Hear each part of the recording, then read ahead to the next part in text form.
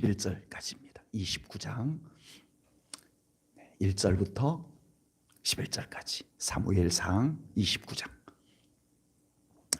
블레셋 사람들은 그들의 모든 군대를 아벡에 모았고 이스라엘 사람들은 이스라엘에 있는 셈 곁에 진쳤더라. 블레셋 사람들의 수령들은 수백 명씩 수천 명씩 인솔하여 나아가고 다윗과 그의 사람들은 아기스와 함께 그 뒤에서 나아가더니 블레셋 사람들의 방백들이 이르되 이 히브리 사람들이 무엇을 하려느냐 하니 아기스가 블레셋 사람들의 방백들에게 이르되 이는 이스라엘 왕 사울의 신하 다윗이 아니냐. 그가 나와 함께 있은지 여러 날 여러 해로되 그가 망명하여 온 날부터 오늘까지 내가 그의 허물을 보지 못하였노라. 블레셋 사람의 방백들이 그에게 노한지라. 블레셋 방백들이 그에게 이르되 이 사람을 돌려보내어 왕이 그에게 정하신 그 처소로 가게 하소서. 그는 우리와 함께 싸움에 내려가지 못하리니 그가 전장에서 우리의 대적이 될까 하나이다.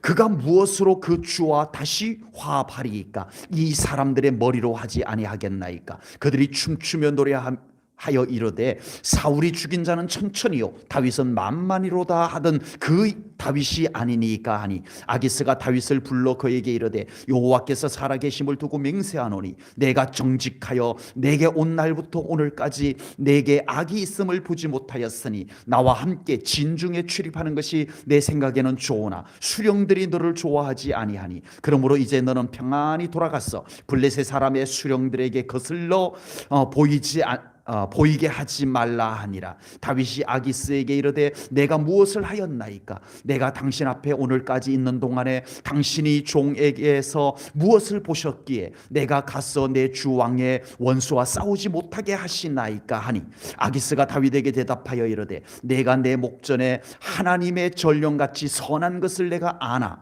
블레셋 사람들의 방백들은 말하기를 그가 우리와 함께 전장에 올라가지 못하리라 하니 그런즉 너는 너와 함께 온 내 주의 신하들과 더불어 새벽에 일어나라. 너희는 새벽에 일어나서 발거든 곧 떠나라 하니라. 이에 다윗이 자기 사람들과 더불어 아침에 일찍 일어났어 떠나 블레셋 사람들의 땅으로 돌아가고 블레셋 사람들은 이스라엘로 올라가니라. 아멘. 다윗이 공경에 처했습니다. 다윗이 블레셋으로 망명을 갔는데 마침 다윗이 망명을 가서 얼마 후에 이 블레셋 아기스 왕이 이스라엘을 공격하게 된 거예요. 이스라엘과 전쟁을 하게 된 겁니다. 그런데 이 아기스 왕이 다윗에게 이스라엘을 공격하러 가는데 나랑 같이 가자. 가서 너도 이스라엘을 열심히 싸워서 이스라엘 사람들 많이 죽여다오 라고 데리고 가게 된 겁니다. 싫어요. 전 이스라엘 사람 우리 동족이기 때문에 못 죽여요 라고 하면 블레셋 왕 아기스 왕이 다윗을 신임을 할 수가 없게 되는 겁니다. 죽일 수도 있어요. 그렇다고 다윗이 알겠습니다. 제가 가서 이스라엘 사람들 열심히 제가 쳐서 죽이겠습니다 하고 갈 수도 없어요. 왜냐하면 그것이 하나님이 싫어하는 것이라는 것을 다윗은 잘 알고 있고 다윗의 신앙 양심에도 그것이 용납이 되지 않는 부분입니다. 다윗은 이러지도 못하고 저러지도 못하고 어정쩡하니 아기스 왕을 엉거주춤 따라가고 있었던 것입니다. 다윗은 블레셋으로 피신하는 첫 걸음부터 잘못된 길을 들어섰었어요. 하나님께 기도하지 않고 블레셋으로 갔습니다. 물론 더 이상 이스라엘 땅에서는 대책이 없다는 걸 알아요. 이스라엘 땅에서는 사울 왕을 피할 만한 곳이 한 곳도 없다는 걸 알아요. 유일하게 다윗이 목숨을 건질 수 있는 것은 블레셋으로 도망을 가는 것이 현실적으로 맞을 수도 있어요.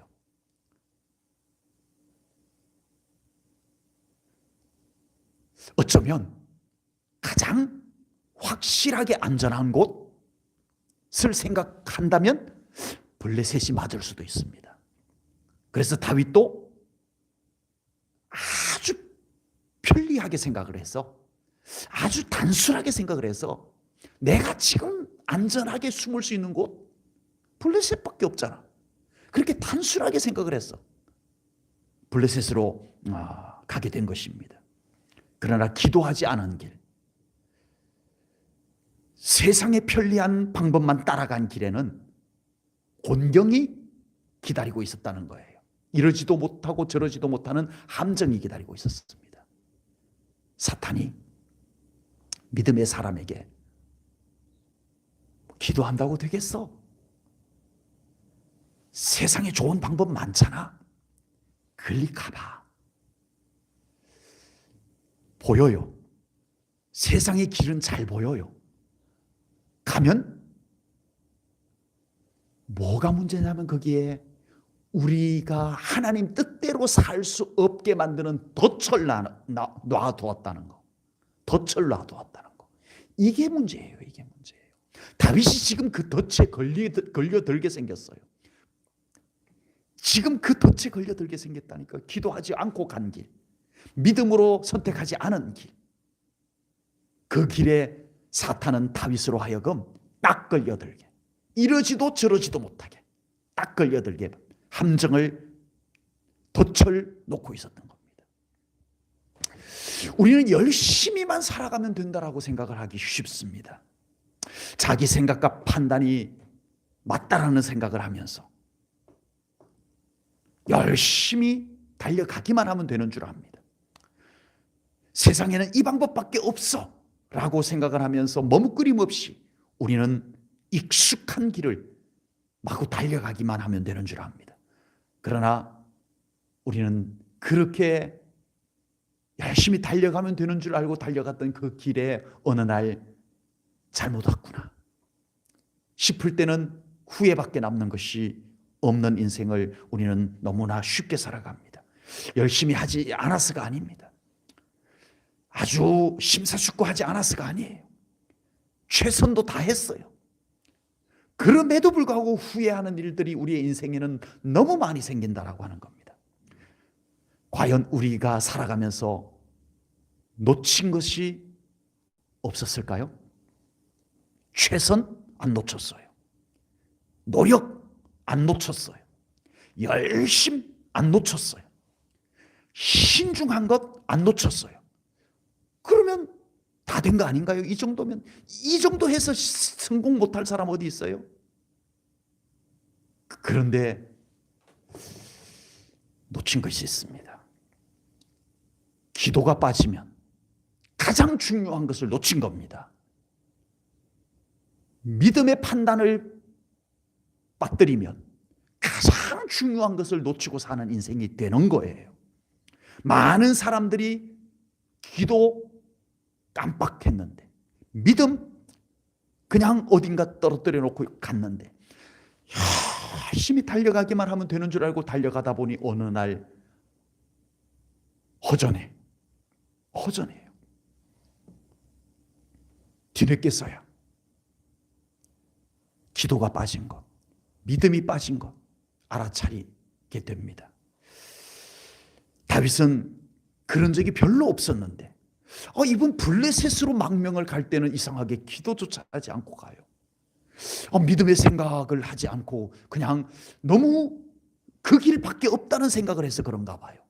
내가 지금 피할 곳, 사울왕을 피할 곳은 뭐 따질 것도 없어. 묻고 따질 것도 없어. 블레셋. 너무 쉽게 나오는 그 길. 그래서 아마 기도도 하지 않고 믿음으로 분별하지도 않고 그냥 달려갔는지도 모르겠습니다. 그게 세상적으로 볼 때는, 인간적으로 볼 때는 그것이 유일한 길이고 최선의 길이 맞았을지도 모르겠습니다. 그러나 다윗에게도 믿음이 빠진 인생, 기도가 빠진 인생은 절대절명의 곤경이 그 앞에 덫처럼, 함정처럼 놓여 있게 되더라라고 하는 겁니다. 다윗의 인생에도 이렇게 꼬인 적이 그리 많지가 않았어요. 열심히 사는데 왜 인생이 꼬일까요? 최선도 다하고 꼼꼼하게 계획도 세웠는데 왜 인생이 얽히고 설키는 일들이 너무 쉽게 나타나게 될까요? 무엇이 빠졌을까요? 무엇을 우리가 놓쳤던 것일까요? 기도와 믿음 찾아보셔야 됩니다. 아멘.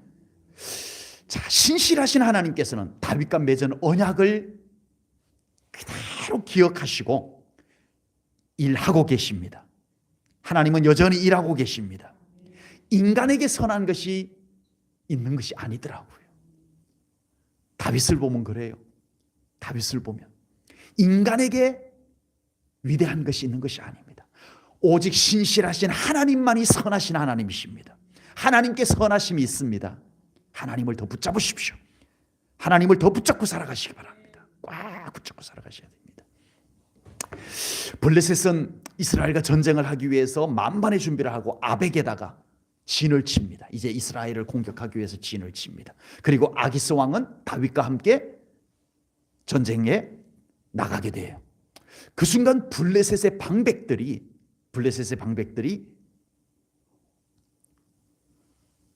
아기스 왕의 부대 곁에 따라오는 한 군대 무리를 보더니 화들짝 놀란 거예요. 저게 누구야? 이스라엘 사람 다윗이 아닌가? 이 방백들이 아기스 왕에게 반대를 합니다. 다윗을 믿을 수 없다는 거예요. 다윗을 어떻게 믿어요? 안 된다라고 반대를 합니다. 오늘 본문 4절 말씀입니다. 제가 조금 쉬운 성경으로 번역된 세번역 성경을 제가 이렇게 좀 적어서 왔습니다. 세번역 성경으로 제가 한번 읽어드릴게요. 그러나 블레셋 족속의 지휘관들은 다윗에게 분노를 터뜨렸다. 블레셋 족속의 지휘관들이 아기스에게 강요하였다. 저 사람을 돌려보내십시오. 임금님께서 그에게 지정하여 준 그곳으로 그를 돌려보내시고 우리와 함께 전쟁터에 나가지 않도록 하여 주십시오. 싸움터에 나가서 그가 우리의 대적으로 돌변할지도 모르는 일입니다. 그가 무엇을 가지고 자기의 주인과 사울왕이죠, 자기의 주인과 화해할 수 있겠습니까? 우리 군인들의 머리를 잘라다 바쳐서 하지 않겠습니까? 이 블레셋 방백들이 다윗을 못 믿겠다는 거예요. 한마디로 말해서 그 당시 블레셋은 5개 부족이 연합을 이룬 국가예요. 단일 국가가 아니고 6개 부족이 이렇게 연합을 해서 연방체제처럼 되어 있었는데, 그 방백들, 우리가 가지고 있는 성경의 방백들은 각 부족의 우두머리들입니다. 그래서 이 아기스가 왕이지만 그 부족들의 우두머리들, 방백들의 말을 무시할 수가 없어요. 특히 이 전쟁, 함께 전쟁하러 나가는 이런 문제에 있어서는 절대 왕이라고 혼자서 고집으로 할 수가 없습니다. 그래서 이 블레셋 방백들의 의견을 들어줄 수밖에 없어요. 아기스 왕도.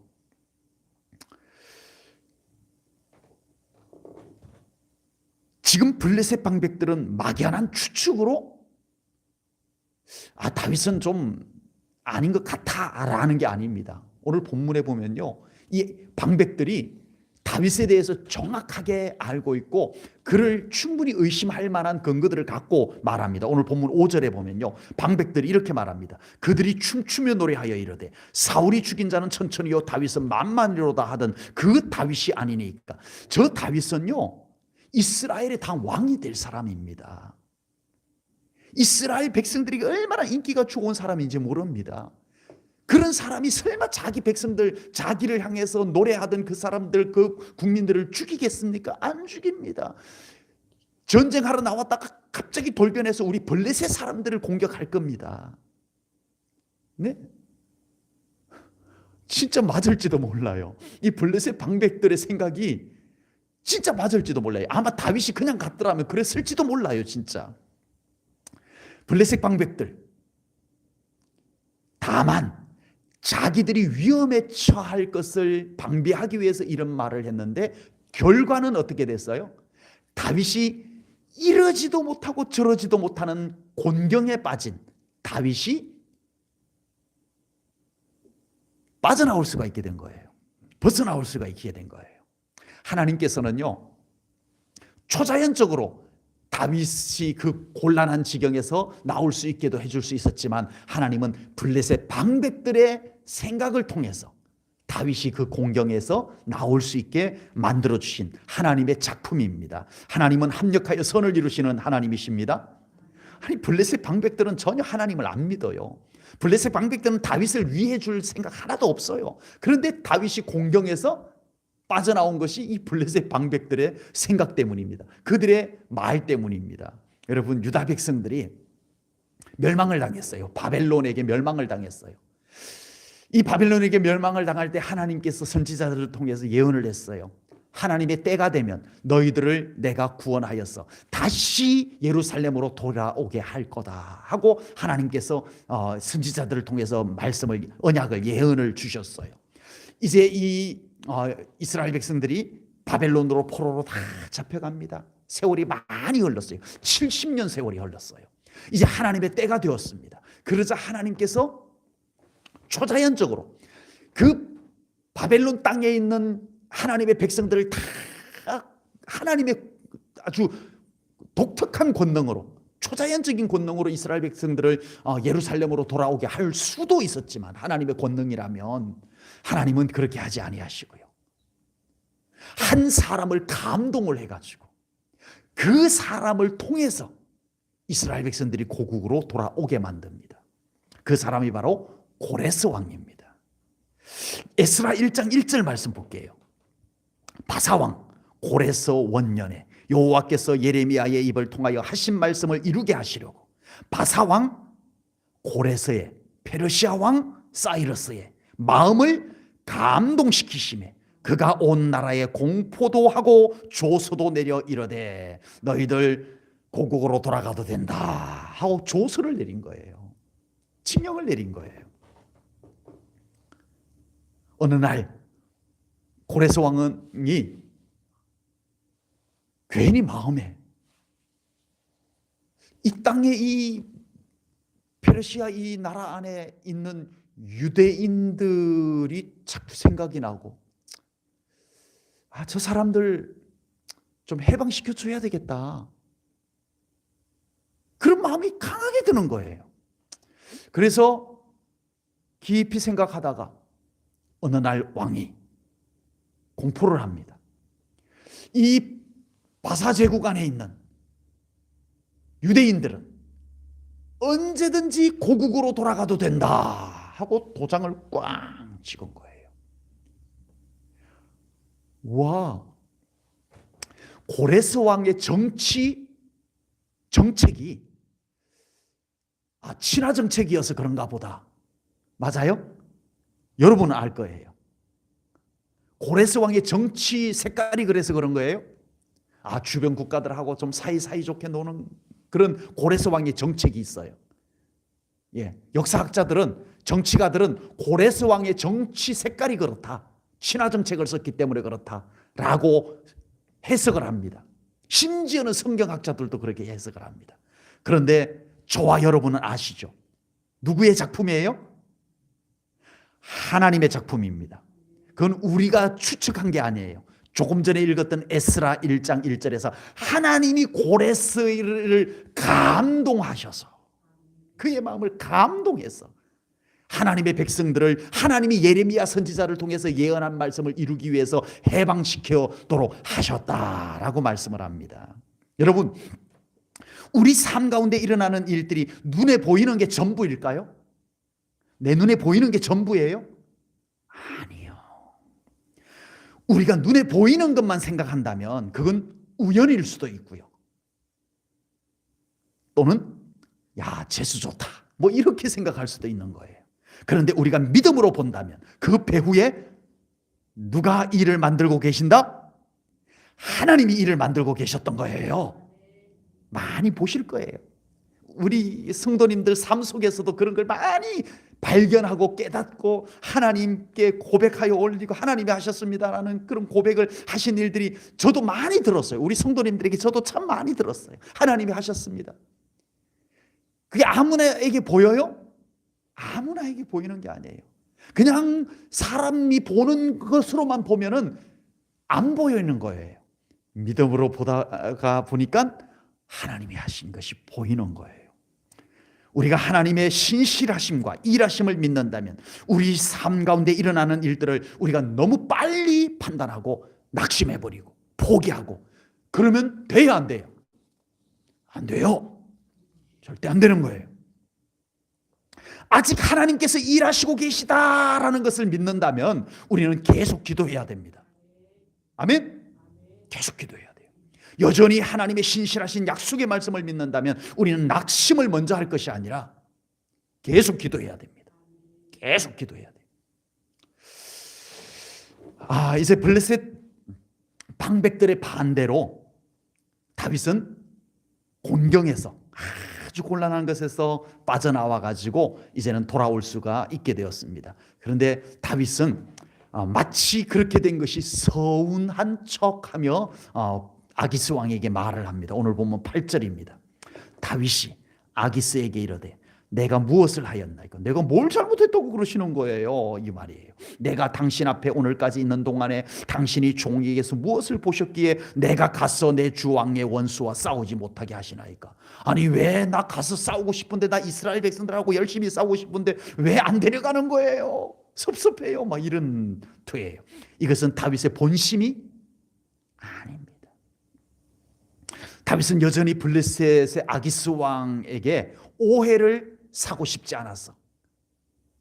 신임을 얻어내기 위해서, 아기스 왕에게 인정을 받아내기 위해서 지금 좀 표현을 이렇게 해서 죄송합니다만은 쇼를 하는 거예요. 이것은 믿는 자로서의 옳은 모습이 절대 아닙니다. 여러분, 세상의 윤리 가운데서 그 상황윤리라는 게 있어요. 네. 상황윤리. 그 말의 그 사전적인 의미는요, 일정한 윤리의 원칙이 없이 상황에 따라서, 형편에 따라서 도덕 규범을 좀 달리하는 것. 형편이 그랬으니 뭐 봐주자. 원래 기준으로는 잘못한 거지만 그 사람이 그 상황에서는 그럴 수밖에 없었다는 거 우리가 이해해줘야지. 이게 상황윤리입니다. 상황윤리. 굉장히 인간 중심적인 윤리예요. 인기 좋게 생겼어요. 네. 아니 그 사람 형편을 우리가 좀 이해를 해줘야지. 얼마나 좋아요. 여러분, 그러나 과연 우리 믿음의 사람들이 신앙 양심과 성경적 기준을 우리가 바꾸어 가면서 형편이 그랬으니, 상황이 그랬으니, 우리가 그렇게 신앙 양심도 기준을 옮기고 성경적 기준도 우리가 마음대로 옮기고 그럴 수 있을까요? 그건 아니라고 봅니다. 믿음의 사람은 성경적 기준과 신앙적 양심을 바꾸지 않을 수가 있어야 됩니다. 일반 세상 사람들은 더 이상 길이 없다고 생각해요. 더 이상 이걸 바꾸지 않고는, 이 기준을 옮기지 않고는 길이 없다. 그 막다른 상황에서 상황윤리라는 게 나올 수밖에 없어요. 너도 그 상황 돼봐, 안 그러나, 이렇게 덤비는 거예요. 그런데 우리에게는 뭐가 있어요? 절대적 평가자인 하나님이 계십니다. 하나님이 고개 절레절레 흔들면 안 되는 거예요. 그리고 또 하나, 전혀 길이 없는 막다른 골목에서도 하나님께서 우리를 건져내시면 된다. 하나님이 합력하여 선을 이루실 것을 믿습니다라는 이 믿음 때문에 우리는 이 기준을 옮기지 않아도 되는 거예요.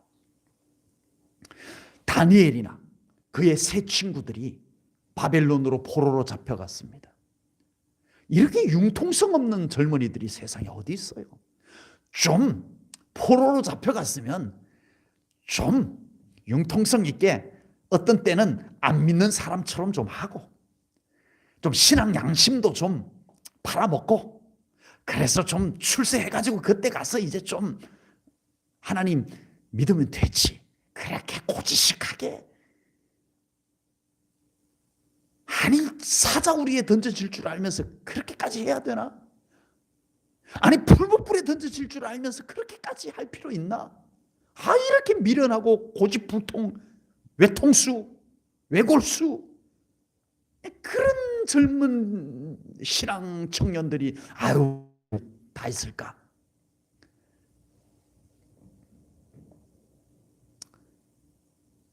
다니엘이나 그의 세 친구들은요, 그거하고 그 기준을 얻었습니다. 하나님 중심으로 섰어요. 하나님께 인정을 받았더니 그들이 오히려 세상에서도 인정을 받더라. 아멘. 우리는 여기에 대한 확신이 없어서 그런가 봐요. 자꾸 타협하려고 그래요. 만약에 다니엘이나 그의 세 친구들이 바벨론에서 살아남기 위해서 타협을 했다면 그들은 세상에서는 무난하게 살아갈 수 있었을 거예요.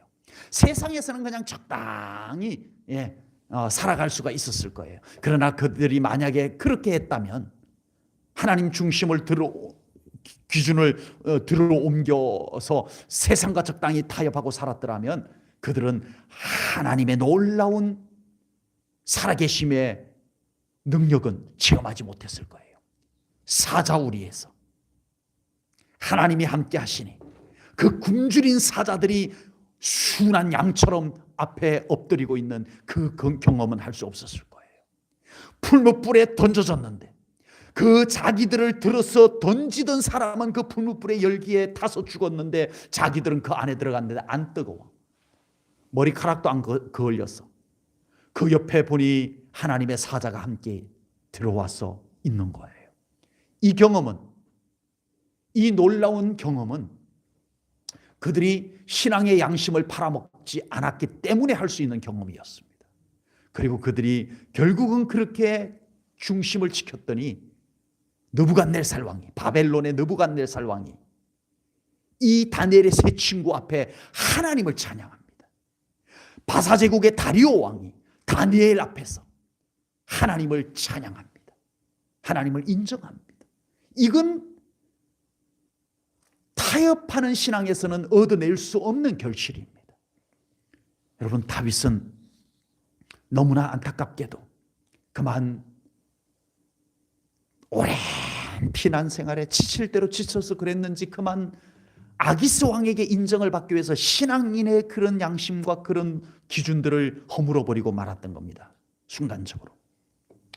믿음의 사람이 세상 사람에게 인정을 받기 위해서 편법, 거짓, 속임수를 사용하는 것은 안 되는 것입니다. 이미 세상은 그런 것들에 익숙해져 있을지라도 그럼에도 우리는 믿음의 사람은 믿음의 방법을 좀 고집스럽게 사용할 줄 알아야 할 줄로 믿습니다. 그러면 하나님이 우리를 인정해 주십니다. 하나님께 인정받는 것이 최고입니다. 아멘. 아무리 편법, 거짓, 타협, 그래서 살아남았다 할지라도 하나님께 인정받지 못한 인생은 실패한 인생인 것입니다. 비록 하나님께 인정받기 위해서 세상의 손해를 보았더라도 끝까지 하나님께 인정받는 그 사람을 하나님이 책임져 주신다면 그 인생이 진짜 성공한 인생이 아니겠느냐라고 하는 겁니다. 우리 사랑하는 성도님들, 하나님께 인정받는 귀한 믿음들 될 수 있기를 주님의 이름으로 축복합니다. 다음 주에 보겠지만요, 이번에 블레셋 방백들의 반대로 다윗은 이스라엘과의 전쟁에서 빠져나오게 됩니다. 벗어날 수 있게 되었습니다. 이것은 다윗이 곤란에 빠진 것에서 벗어나오게 하시는 하나님의 작품이지만 하나님은 합력하여 선을 이루신다. 하나님의 작품은요 놀랍습니다.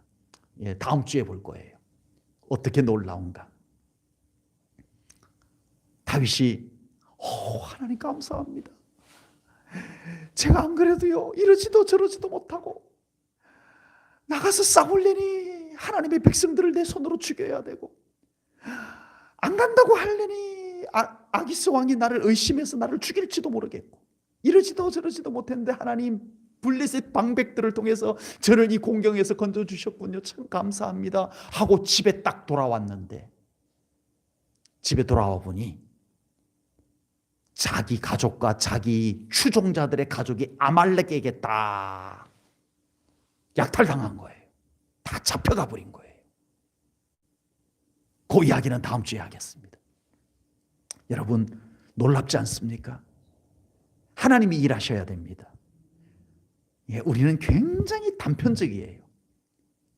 한두 가지 생각할 줄밖에 모른다는 거죠. 하나님은 이것저것 다 아십니다. 한 가지 일을 통해서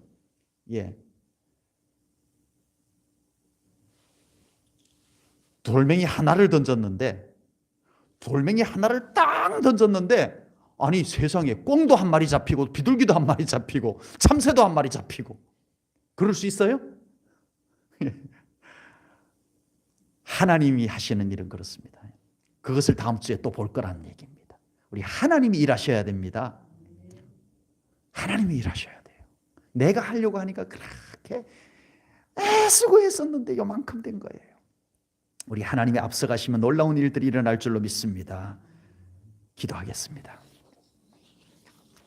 하나님, 오늘도 수요 예배 가운데 함께 하시고 우리에게 귀한 말씀 주신 것 감사합니다. 하나님을 찬양합니다. 우리에게 선한 것이 있는 것이 아니라 우리 하나님 안에만 선한 것이 있음을 믿습니다. 고백합니다. 하나님 일하시옵소서. 하나님께서 우리의 가정에서 일해 주시옵소서. 하나님이 내 삶 가운데서 일하시옵소서. 그래 우리의 삶 가운데 하나님의 놀라운 역사하심을 우리도 경험하며 살아가게 하여 주옵소서. 예수님 이름으로 기도하옵나이다. 아멘.